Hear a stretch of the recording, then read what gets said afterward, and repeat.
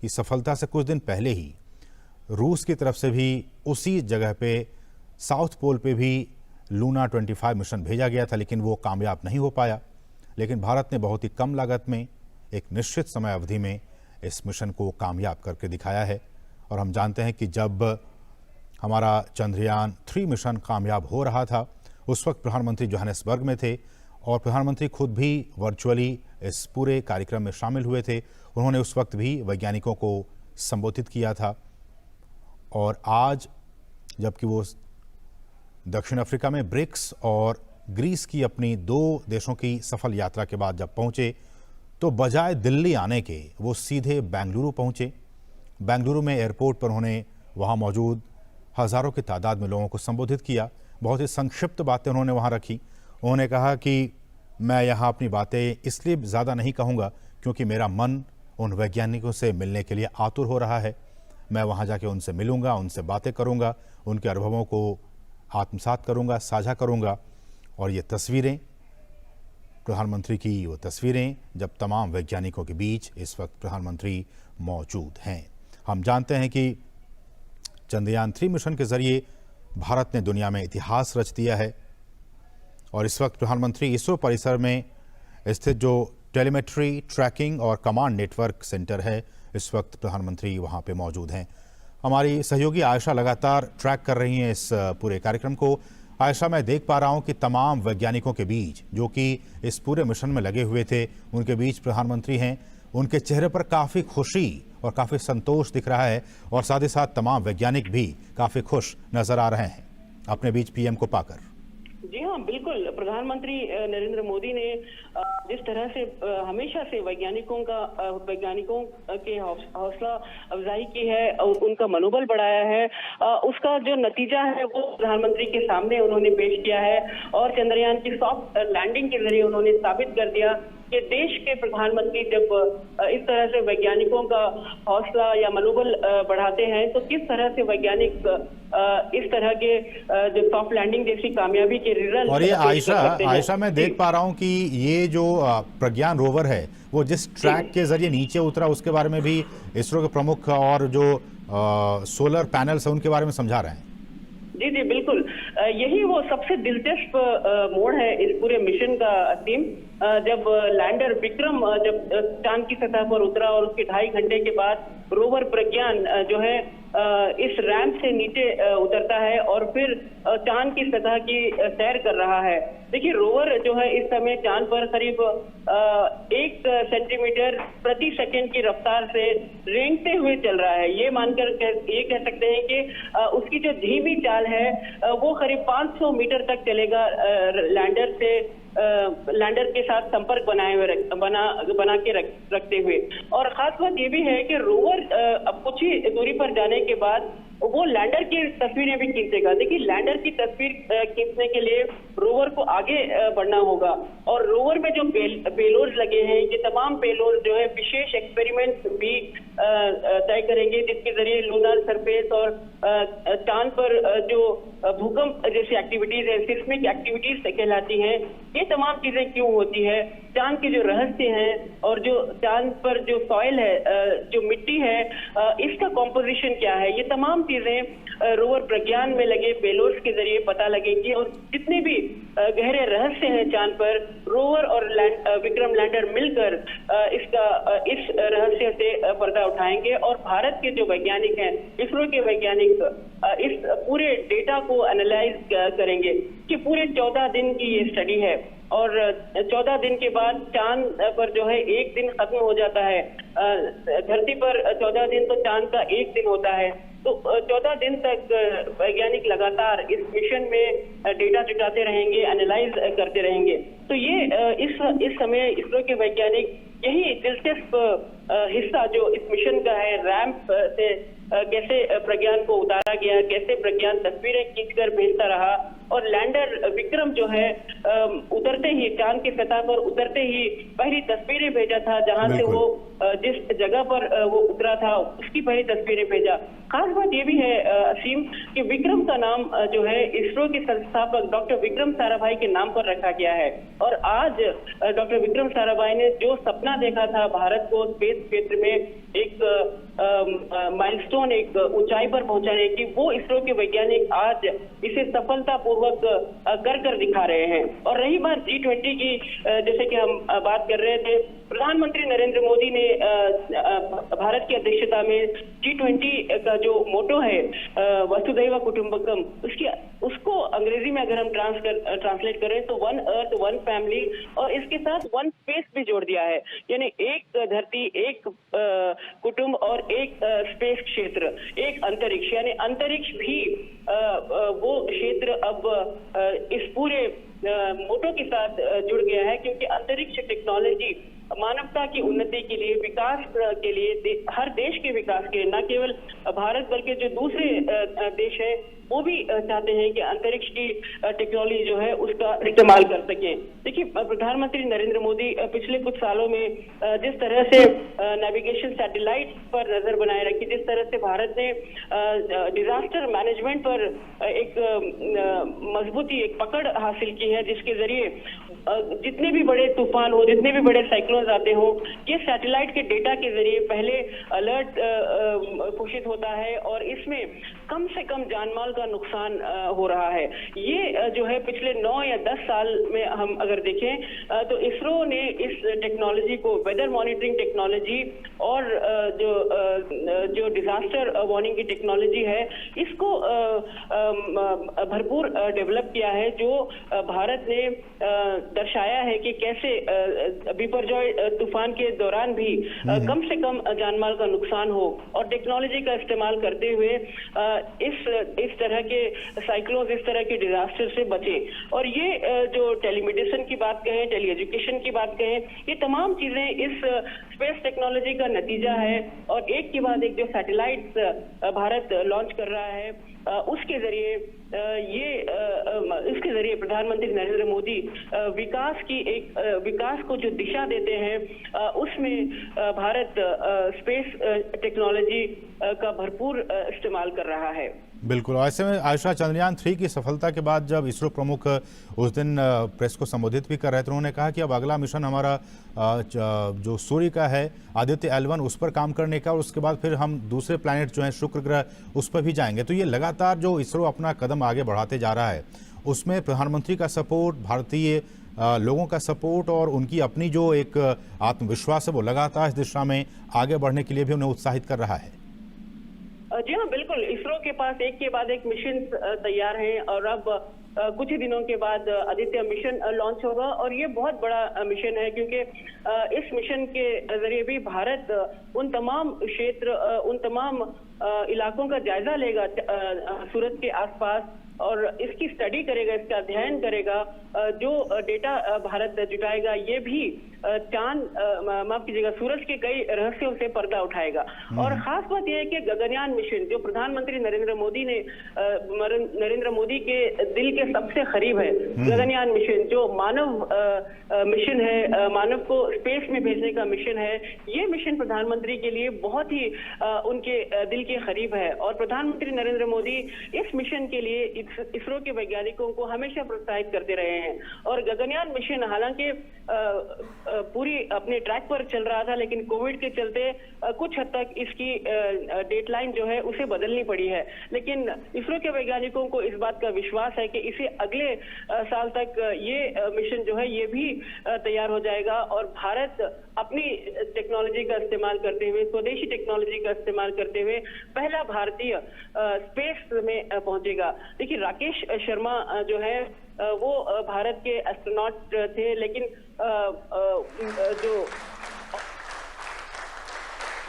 बिल्कुल, तो ये लाइव तस्वीरें हम देख पा रहे हैं। प्रधानमंत्री उन तमाम वैज्ञानिकों के बीच पहुंच चुके हैं। हम इन तस्वीरों में देख पा रहे हैं सभी लोग ताली बजाकर प्रधानमंत्री का स्वागत करते हुए, और प्रधानमंत्री इन वैज्ञानिकों के बीच, ये ही तस्वीर और इन्हीं क्षणों का, इन्हीं पलों का प्रधानमंत्री को भी इंतजार था और वैज्ञानिकों को भी इंतजार। हम देख सकते हैं कि महिला वैज्ञानिक भी इस दौरान वहाँ मौजूद हैं, और इन तमाम वैज्ञानिकों के बीच ये लाइव तस्वीरें हैं बेंगलुरु से, टेलीमेट्री ट्रैकिंग और कमांड नेटवर्क सेंटर से।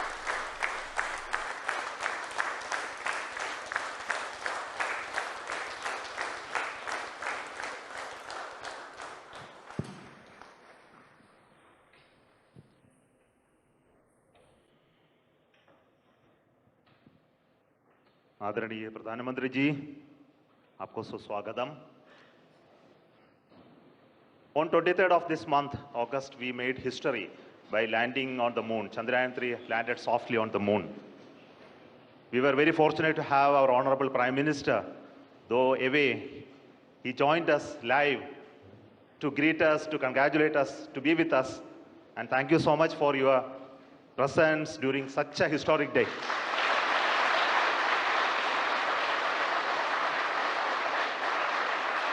You promised us that you will come and meet us on that day. And you are here. And thank you so much for your gracious presence today amongst us.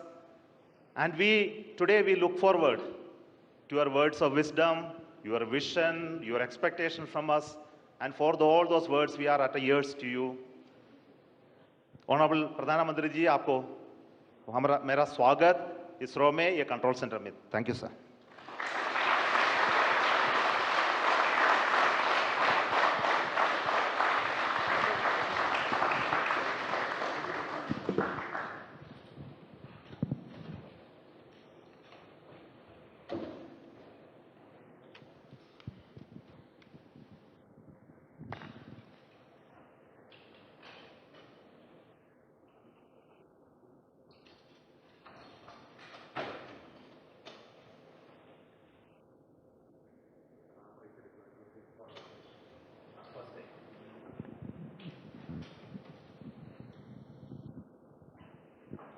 So we are seeing the ramp being deployed now. This is animation. We'll see the real.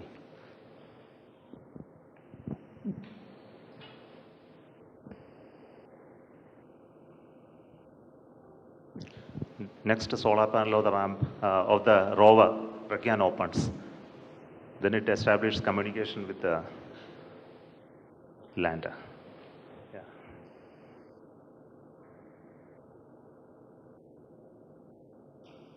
Then it slowly comes out. Now the rover has already moved 12 meters. So we'll see the onboard camera visuals. So this is a camera mounted on the side just before the ramp deployment. So what you're seeing is the deployment of the ramp with the rover mounted on that. The solar panel of the rover is deployed already and it is getting released and moving towards moon, sir.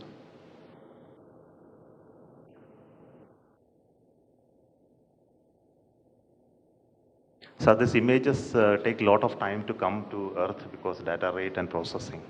So now this is the early morning image of today morning. The rover is almost out of the field of view. It will turn in the day today and look at the lander and take more pictures. Thank you.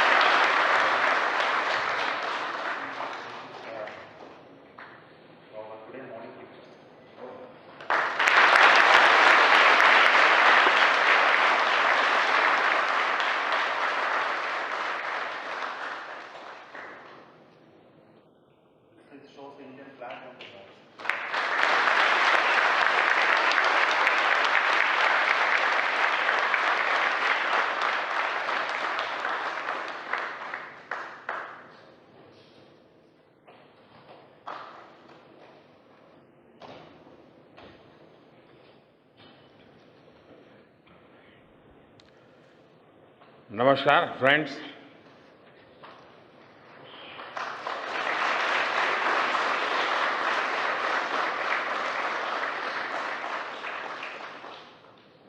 आप सभी के बीच आकर आज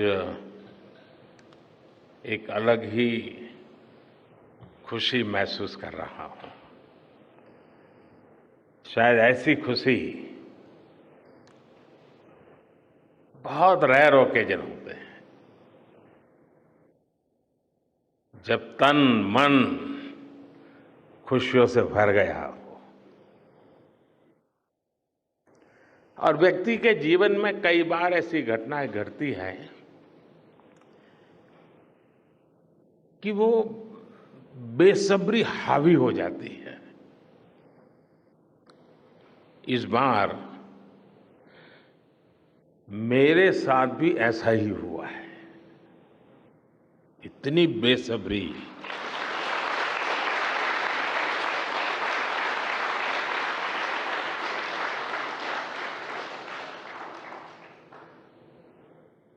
मैं south Africa में था, फिर Greece का कार्यक्रम था तो वहां चला गया, लेकिन मेरा मन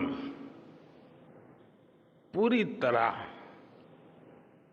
आपके साथ ही लगा हुआ था।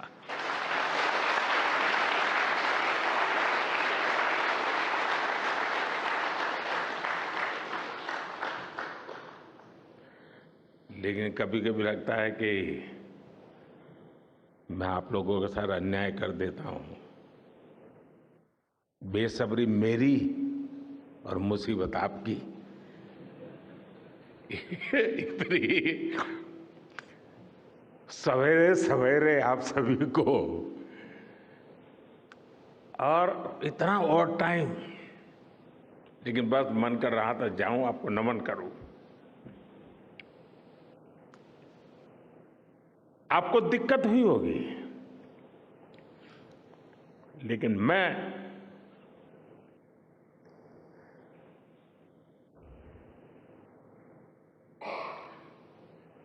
भारत में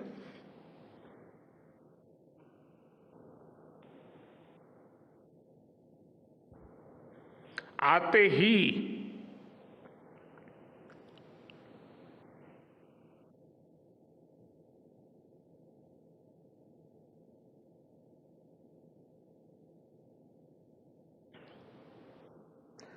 जल्द से जल्द आपके दर्शन करना चाहता था।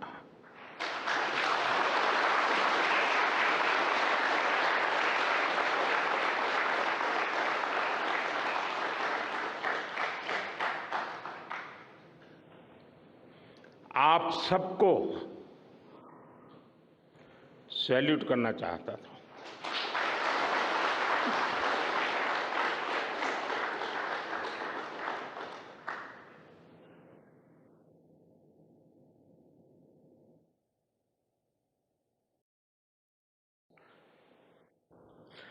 सैल्यूट आपके परिश्रम को, सैल्यूट आपके धैर्य को, सैल्यूट आपकी लगन को, सैल्यूट आपकी जीवटता को, सैल्यूट आपके जज्बे को। आप देश को जिस ऊंचाई पर लेकर गए हैं, ये कोई साधारण सफलता नहीं है। ये अनंत अंतरिक्ष में भारत के वैज्ञानिक सामर्थ्य का शंखनाद है।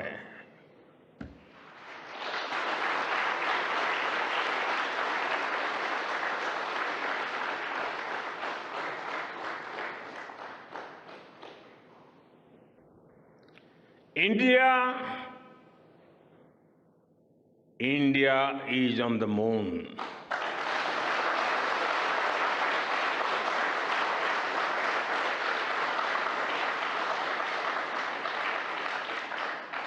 We have our national pride placed on the moon.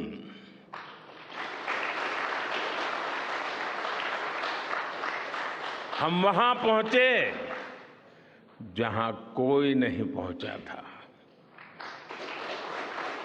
हमने वो किया जो पहले कभी किसी ने नहीं किया था। ये आज का भारत है,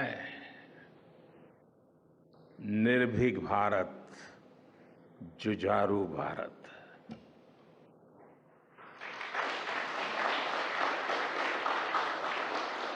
ये वो भारत है जो नया सोचता है, नए तरीके से सोचता है, जो डार्क जोन में जाकर भी दुनिया में रोशनी की किरण फैला देता है।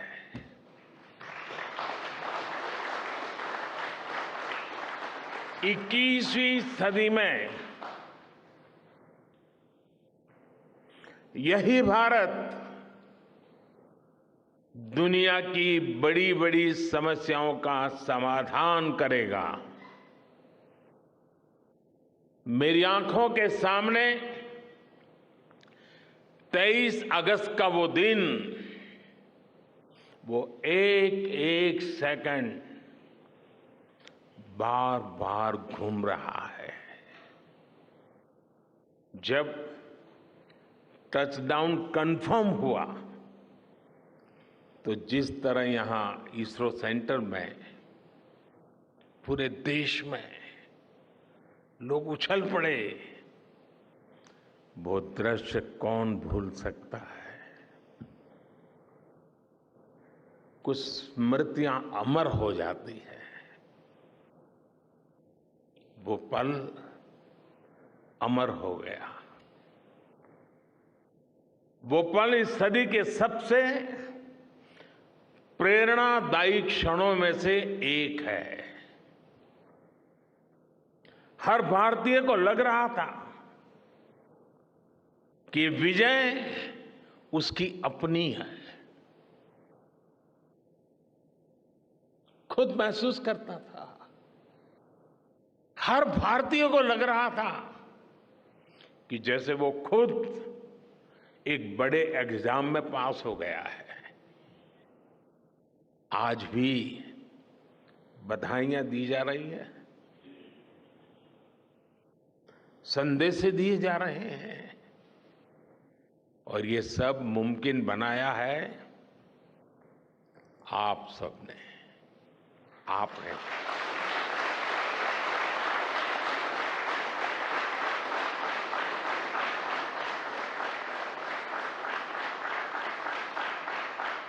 देश के मेरे वैज्ञानिकों ने ये मुमकिन बनाया है। मैं आप सबका जितना गुणगान करूं वो कम है। मैं आपकी जितनी सराहना करूं वो कम है। साथियों,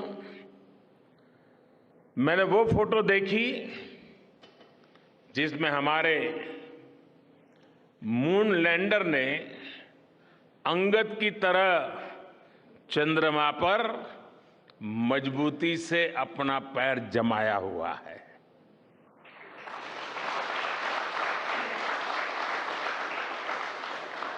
एक तरफ विक्रम का विश्वास है तो दूसरी तरफ प्रज्ञान का पराक्रम है।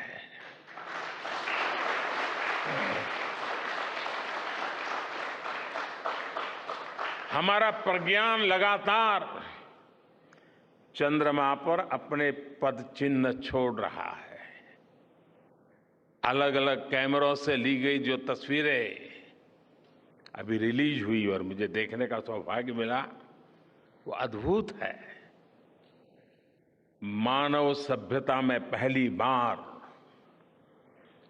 धरती के लाखों साल के इतिहास में पहली बार उस स्थान की तस्वीर मानव अपनी आंखों से देख रहा है। और ये तस्वीर दुनिया को दिखाने का काम भारत ने किया है।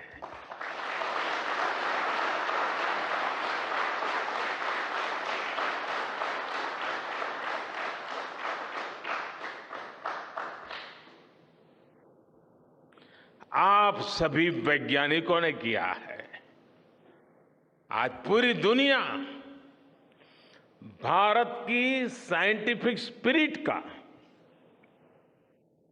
हमारी टेक्नोलॉजी का और हमारे साइंटिफिक टेम्परामेंट का लोहा मान चुकी है।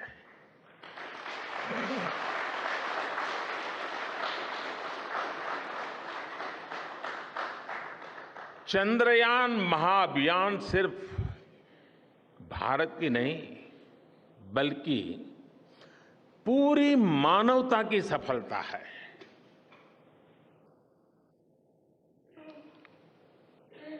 हमारा मिशन जिस क्षेत्र को एक्सप्लोर करेगा उससे सभी देशों के लिए मून मिशंस के नए रास्ते खुलेंगे। ये चांद के रहस्य को तो खोलेगा ही, साथ ही धरती की चुनौतियों के समाधान में भी मदद करेगा। आपकी इस सफलता के लिए मैं एक बार फिर सभी वैज्ञानिकों को, टेक्नीशियंस, इंजीनियर्स और चंद्रयान महाअभियान से जुड़े सभी सदस्यों को बधाई देता हूं।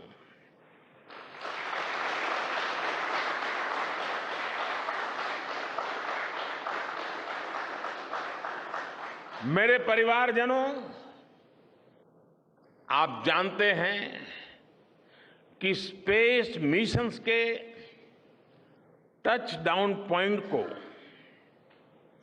एक नाम दिए जाने की वैज्ञानिक परंपरा है। चंद्रमा के जिस हिस्से पर हमारा चंद्रयान उतरा है, भारत ने उस स्थान के भी नामकरण का फैसला लिया है।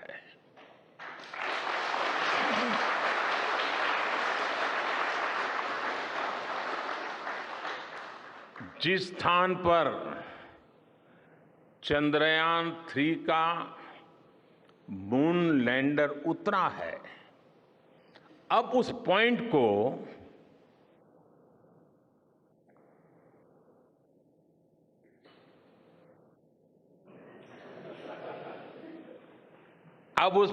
को शिव शक्ति के नाम से जाना जाएगा।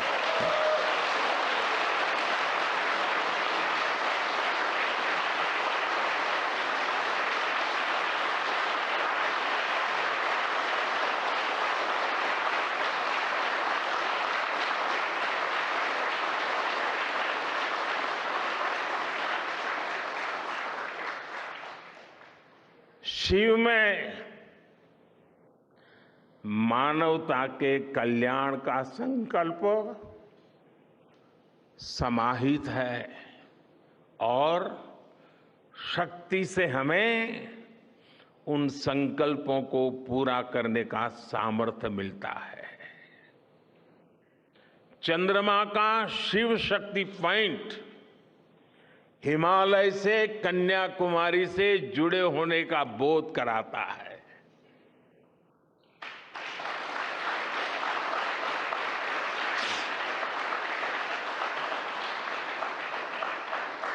हमारे ऋषियों ने कहा है, येन कर्माण्य पशो मनीषिणो यज्ञे कुण्वन्ति वित्तेषु धीरः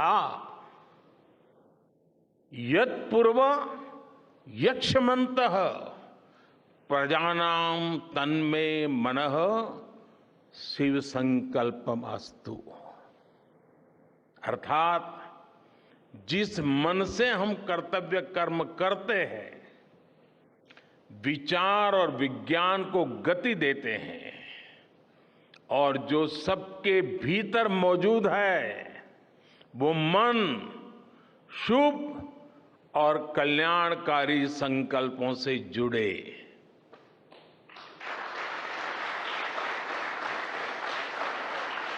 मन के इन शुभ संकल्पों को पूरा करने के लिए शक्ति का आशीर्वाद अनिवार्य है और ये शक्ति हमारी नारी शक्ति है।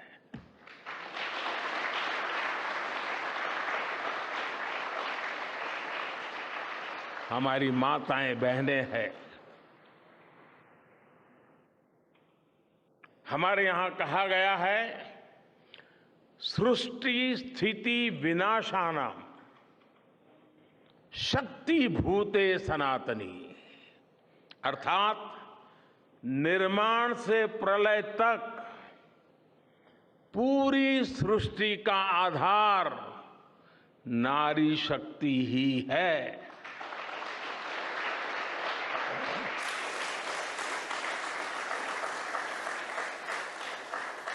आप सबने देखा है, चंद्रयान 3 में देश ने, हमारी महिला वैज्ञानिकों ने,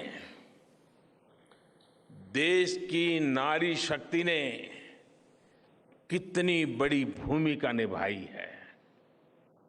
चंद्रमा का शिव शक्ति पॉइंट सदियों तक भारत के इस वैज्ञानिक और दार्शनिक चिंतन का साक्षी बनेगा।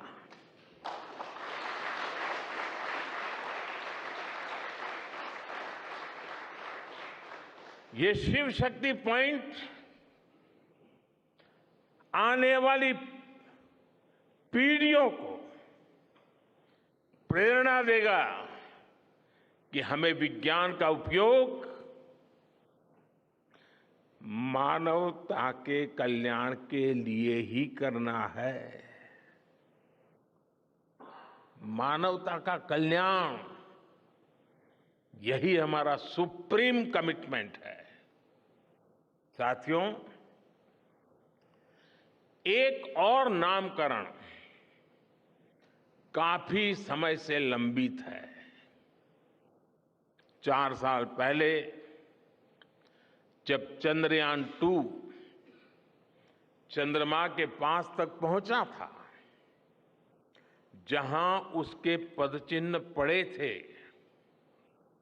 तब ये प्रस्ताव था कि उस स्थान का नाम तय किया जाए।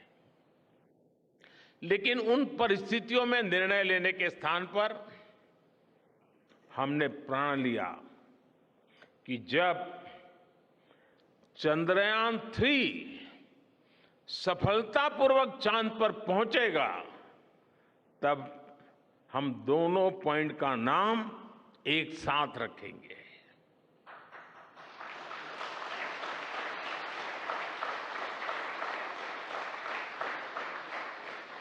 और आज मुझे लगता है कि जब हर घर तिरंगा है, जब हर मन तिरंगा है और चांद पर भी तिरंगा है, तो तिरंगा के सिवाय चंद्रयान 2 से जुड़े उस स्थान को और क्या नाम दिया जा सकता है।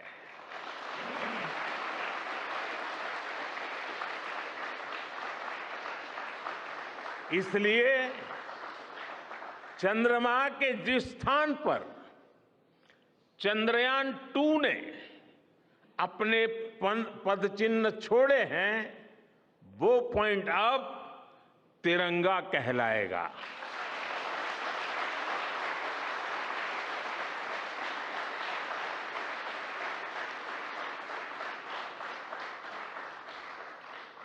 ये तिरंगा पॉइंट भारत के हर प्रयास की प्रेरणा बनेगा। ये तिरंगा पॉइंट हमें सीख देगा कि कोई भी विफलता आखिरी नहीं होती। अगर दृढ़ इच्छा शक्ति हो तो सफलता मिलकर के ही रहती है। यानी मैं फिर दोहरा रहा हूं, चंद्रयान 2 के पद चिन्ह जहां है, वो स्थान आज से तिरंगा पॉइंट कहलाएगा। और जहां पर चंद्रयान 3 का मून लैंडर पहुंचा है, वो स्थान आज से शिव शक्ति पॉइंट कहलाएगा।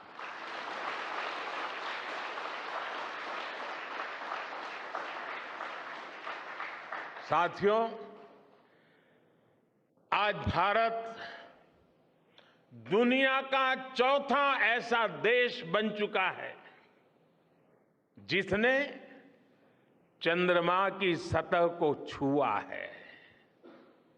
ये सफलता तब और अधिक बड़ी हो जाती है जब हम ये देखते हैं कि भारत ने अपनी यात्रा कहां से शुरू की थी। एक समय था जब भारत के पास जरूरी तकनीक नहीं थी, सहयोग भी नहीं था। हमारी गिनती थर्ड वर्ल्ड यानी थर्ड रॉ में खड़े देशों में होती थी।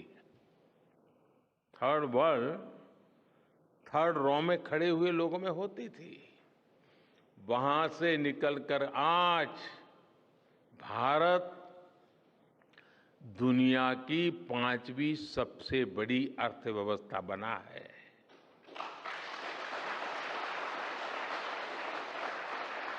आज ट्रेड से लेकर टेक्नोलॉजी तक भारत की गिनती पहली पंक्ति यानी फर्स्ट रॉ में खड़े देशों में हो रही है।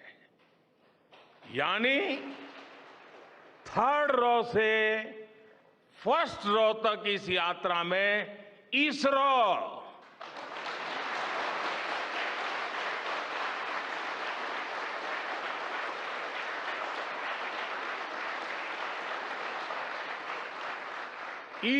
जैसी संस्थानों की बहुत बड़ी भूमिका रही है।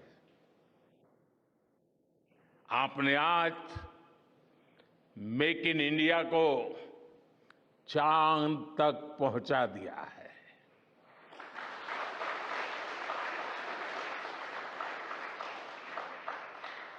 मेरे परिवारजनों, मैं आज आपके बीच आकर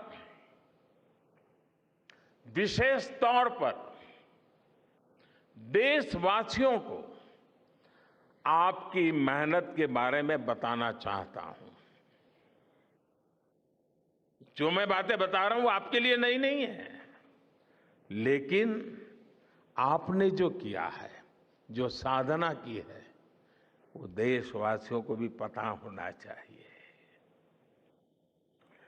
भारत के दक्षिण हिस्से से चंद्रमा के दक्षिणी ध्रुव तक चंद्रयान की ये यात्रा आसान नहीं थी। मून लैंडर की सॉफ्ट लैंडिंग सुनिश्चित करने के लिए हमारे वैज्ञानिकों ने इसरो की रिसर्च फैसिलिटी में आर्टिफिशियल मून तक बना डाला। इस आर्टिफिशियल मून पर विक्रम लैंडर को अलग अलग तरीके से सरफेस पर उतारकर उसका टेस्ट किया गया था।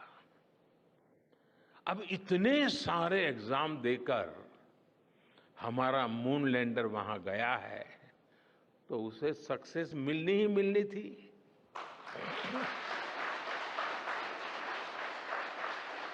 साथियों, आज जब मैं देखता हूं कि भारत की युवा पीढ़ी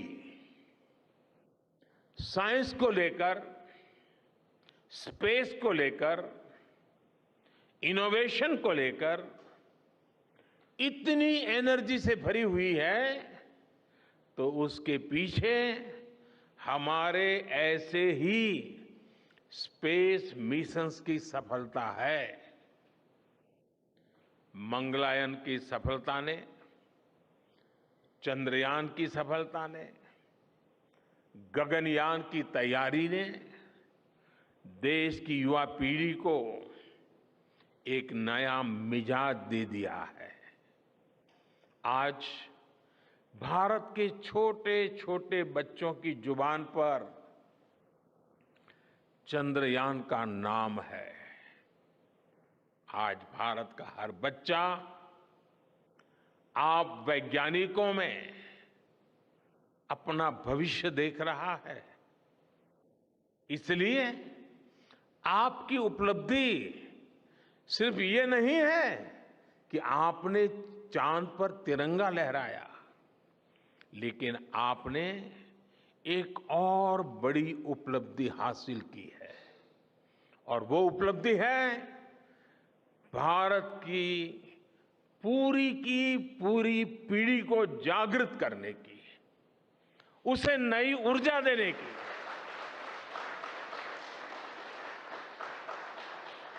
आपने एक पूरी पीढ़ी पर अपनी इस सफलता की गहरी छाप छोड़ी है।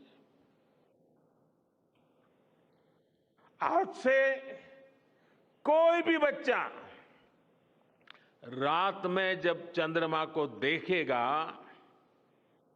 तो उसको विश्वास होगा कि जिस हौसले से मेरा देश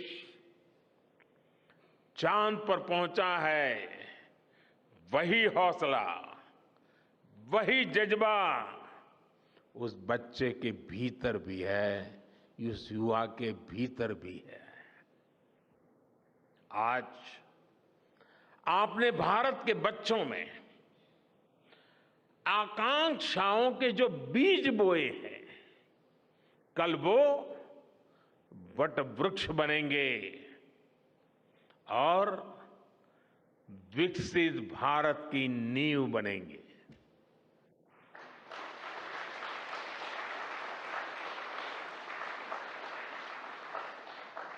हमारी युवा पीढ़ी को निरंतर प्रेरणा मिलती रहे, इसके लिए एक और निर्णय लिया गया है। 23 अगस्त को जब भारत ने चंद्रमा पर तिरंगा फहराया, उस दिन को अब हिंदुस्तान नेशनल स्पेस डे के रूप में मनाया जाएगा।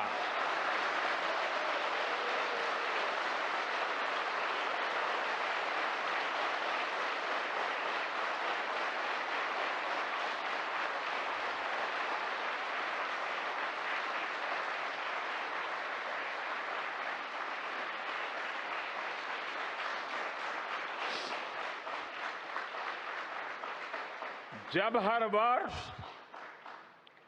National space day science, technology और इनोवेशन की स्पिरिट को सेलिब्रेट करेगा, हमें हमेशा हमेशा के लिए प्रेरित करता रहेगा।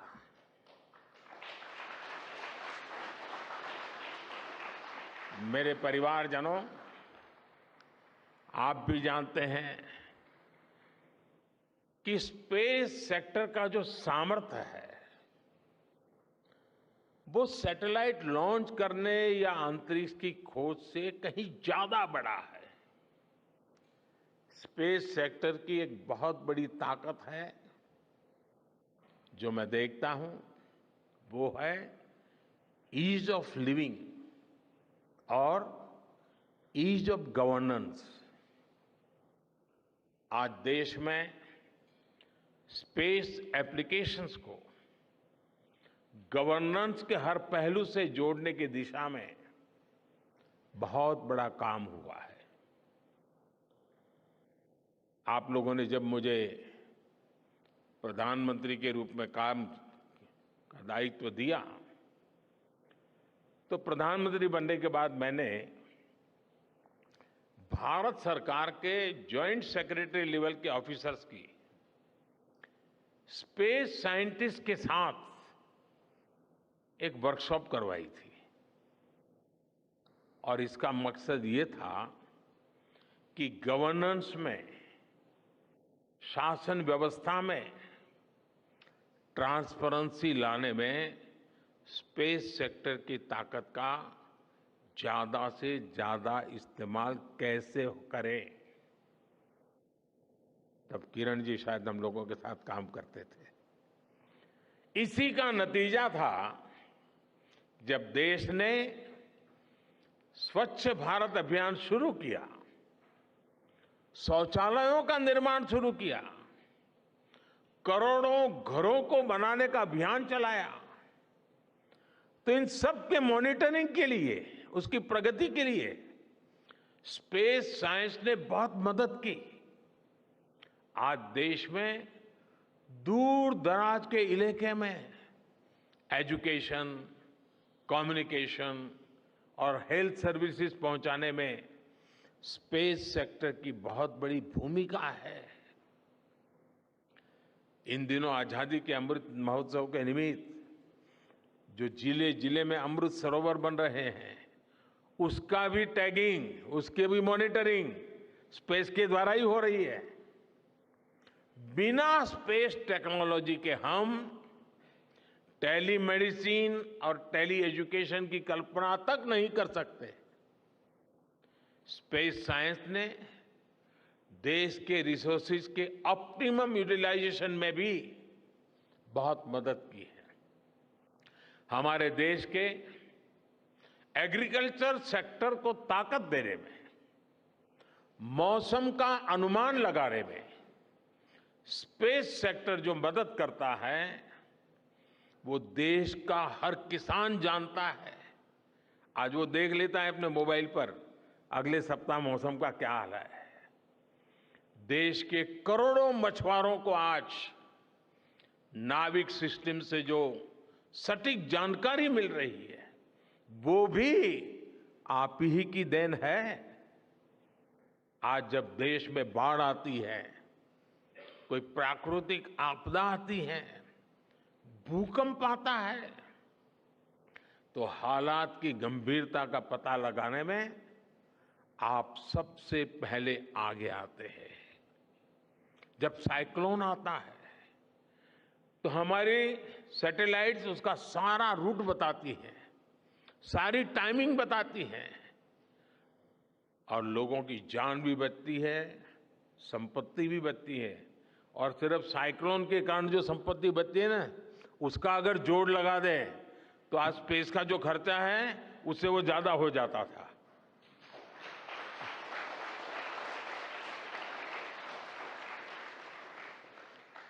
हमारे पीएम गति शक्ति नेशनल मास्टर प्लान का आधार भी स्पेस टेक्नोलॉजी ही है। और आज दुनिया भारत के इस गति शक्ति प्लेटफॉर्म का अध्ययन कर रही है कि प्लानिंग और मैनेजमेंट में ये प्लेटफॉर्म कितना उपयोगी हो सकता है। इससे प्रोजेक्ट्स की प्लानिंग, एजुकेशन और मॉनिटरिंग में काफी मदद मिल रही है। समय के साथ बढ़ता हुआ स्पेस एप्लीकेशन का ये दायरा हमारे युवाओं के लिए अपॉर्चुनिटीज भी बढ़ा रहा है, अवसर बढ़ा रहा है। और इसलिए आज मैं एक सुझाव भी देना चाहता हूं और मैं चाहूंगा कि आपके यहां से जो रिटायर्ड लोग हैं वे इसमें काफी मदद कर सकते हैं। अब ये मत बोलिएगा कि इतनी सुबह सुबह मोदी जी यहां आए और कुछ काम भी दे करके जा रहे हैं। साथियों, मैं चाहूंगा कि इसरो, केंद्र सरकार के विभिन्न मंत्रालय और राज्य सरकारें मिलकर गवर्नेंस में स्पेस टेक्नोलॉजी पर एक नेशनल हैकाथॉन का आयोजन करें। इस हैकाथॉन में ज्यादा से ज्यादा युवा, ज्यादा से ज्यादा यूनिवर्सिटी, ज्यादा से ज्यादा नौजवान वो शामिल हो, जुड़े।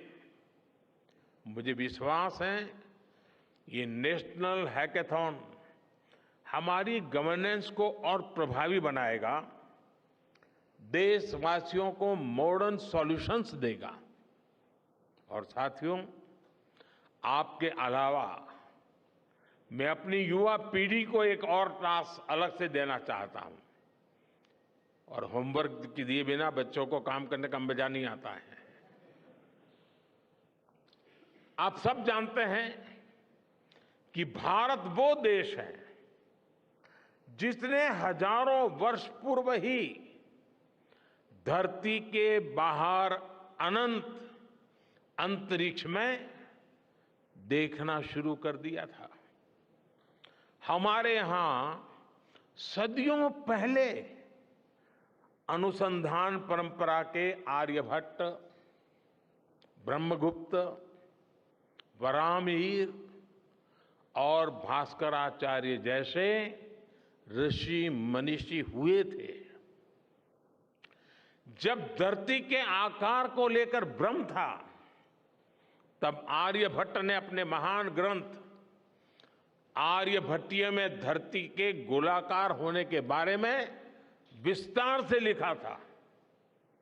उन्होंने एक्सिस पर पृथ्वी की रोटेशन और उसकी परिधि की गणना भी लिख दी थी।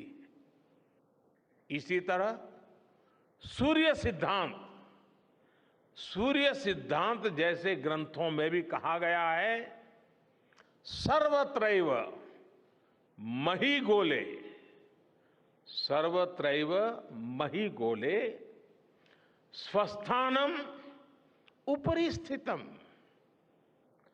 मन्यन्ते खेयतो गोलस तस्य क्व ऊर्ध्वं क्व वादः। अर्थात पृथ्वी पर कुछ लोग अपनी जगह को सबसे ऊपर मानते हैं, लेकिन ये गोलाकार पृथ्वी तो आकाश में स्थित है, उसमें ऊपर और नीचे क्या हो सकता है, ये उस समय लिखा गया था। ये तो मैंने सिर्फ एक श्लोक बताया है। ऐसी अनगिनत रचनाएं हमारे पूर्वजों ने लिखी हुई है। सूर्य, चंद्रमा और पृथ्वी के एक दूसरे के बीच में आने से ग्रहण की जानकारी हमारे कितने ही ग्रंथों में लिखी हुई पाई जाती है। पृथ्वी के अलावा अन्य ग्रहों के आकार की गणनाएं, उनके मूवमेंट से जुड़ी जानकारी भी हमारे प्राचीन ग्रंथों में मिलती है। हमने ग्रहों और उपग्रहों की गति को लेकर इतना सूक्ष्म गणनाएं करने की वो काबिलियत हासिल की थी कि हमारे यहां सैकड़ों वर्ष आगे के पंचांग यानी कैलेंडर्स बनाए जाते थे। इसलिए मैं इससे जुड़ा एक टास्क अपनी नई पीढ़ी को देना चाहता हूं, स्कूल कॉलेज के बच्चों को देना चाहता हूं। मैं चाहता हूं कि भारत के शास्त्रों में जो खगोलीय सूत्र है, उन्हें साइंटिफिकली प्रूव करने के लिए, नए सिरे से उनके अध्ययन के लिए नई पीढ़ी आगे आए। ये हमारी विरासत के लिए भी जरूरी है और विज्ञान के लिए भी जरूरी है। आज जो स्कूल के, कॉलेज के, यूनिवर्सिटी के स्टूडेंट्स हैं, रिसर्चर्स हैं, उन पर एक तरह से ये दोहरा दायित्व है। भारत के पास विज्ञान के ज्ञान का जो खजाना है वो गुलामी के लंबे कालखंड में दब गया है, छिप गया है। आजादी के इस अमृत काल में हमें इस खजाने को भी खंगालना है, उस पर रिसर्च करनी है और दुनिया को भी बताना है। दूसरा दायित्व ये कि हमारी युवा पीढ़ी को आज के आधुनिक विज्ञान, आधुनिक टेक्नोलॉजी को नए आयाम देने हैं। समंदर की गहराइयों से लेकर आसमान की ऊंचाई तक, आसमान की ऊंचाई से लेकर अंतरिक्ष की गहराई तक आपके लिए करने के लिए बहुत कुछ है। आप डीप अर्थ को भी देखिए और साथ ही डीप सी को भी एक्सप्लोर करिए। आप नेक्स्ट जनरेशन कंप्यूटर बनाइए और साथ ही जेनेटिक इंजीनियरिंग में भी अपना सिक्का जमाइए। भारत में आपके लिए नई संभावनाओं के द्वार लगातार खुल रहे हैं। 21वीं सदी के इस कालखंड में जो देश साइंस और टेक्नोलॉजी में बढ़त बना ले जाएगा, वो देश सबसे आगे बढ़ जाएगा। साथियों, आज बड़े बड़े एक्सपर्ट्स कह रहे हैं कि अगले कुछ वर्षों में भारत की स्पेस इंडस्ट्री $8 बिलियन से बढ़कर $16 बिलियन की हो जाएगी। सरकार भी इस बात की गंभीरता को समझते हुए स्पेस सेक्टर में लगातार रिफॉर्म कर रही है। हमारे युवा भी कमर कसकर तैयार है। आपको जानकर सुखद आश्चर्य होगा कि पिछले 4 साल में स्पेस सेक्टर में काम करने वाले स्टार्टअप्स की संख्या 4 से बढ़कर करीब करीब 150 हो गई है।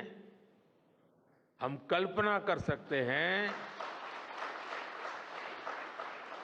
कि अनंत आकाश में कितनी अनंत संभावनाएं भारत का इंतजार कर रही हैं। वैसे कुछ दिन बाद 1 सितंबर से MyGov हमारे चंद्रयान मिशन को लेकर बहुत बड़ा क्विज कंपटीशन लॉन्च करने वाला है। हमारे देश के स्टूडेंट्स इससे भी शुरुआत कर सकते हैं। मैं देश भर के स्टूडेंट से आग्रह करूंगा कि आप सभी बड़ी संख्या में इससे जुड़े। मेरे परिवारजनों, देश की भावी पीढ़ी को आपका मार्गदर्शन बहुत आवश्यक है। आप जो इतने सारे इंपॉर्टेंट मिशंस पर काम कर रहे हैं, वो आने वाली पीढ़ी ही आगे ले जाने वाली है। आप उन सभी के रोल मॉडल हैं।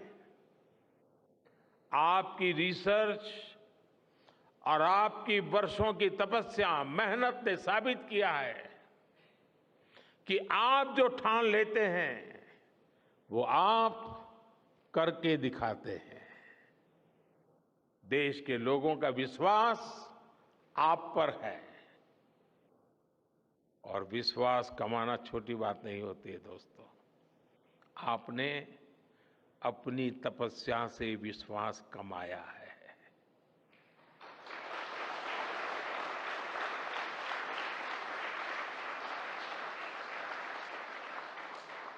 देश के लोगों का आशीर्वाद आप पर है। इसी आशीर्वाद की ताकत से, देश के प्रति इसी समर्पण भाव से भारत साइंस एंड टेक्नोलॉजी में ग्लोबल लीडर बनेगा। और मैं आपके बीच बड़े विश्वास के साथ बताता हूं, इनोवेशन की हमारी यही स्पिरिट ही 2047 में विकसित भारत के सपने को साकार करेगी। इसी विश्वास के साथ मैं फिर एक बार आप सबके दर्शन करके पावन हुआ हूं। देशवासी गौरव से भरे हुए हैं। सपने बहुत तेजी से संकल्प बन रहे हैं और आपका परिश्रम उन संकल्प को सिद्धि के तक ले जाने के लिए बहुत बड़ी प्रेरणा बन रहा है। आपको जितनी बधाई दूं कम है, जितना अभिनंदन करूं कम है। मेरी तरफ से करोड़ों करोड़ों देशवासियों की तरफ से, दुनिया भर की साइंटिफिक कम्युनिटी की तरफ से अनेक अनेक धन्यवाद, बहुत बहुत शुभकामनाएं। भारत माता की, भारत माता की, भारत माता की। धन्यवाद।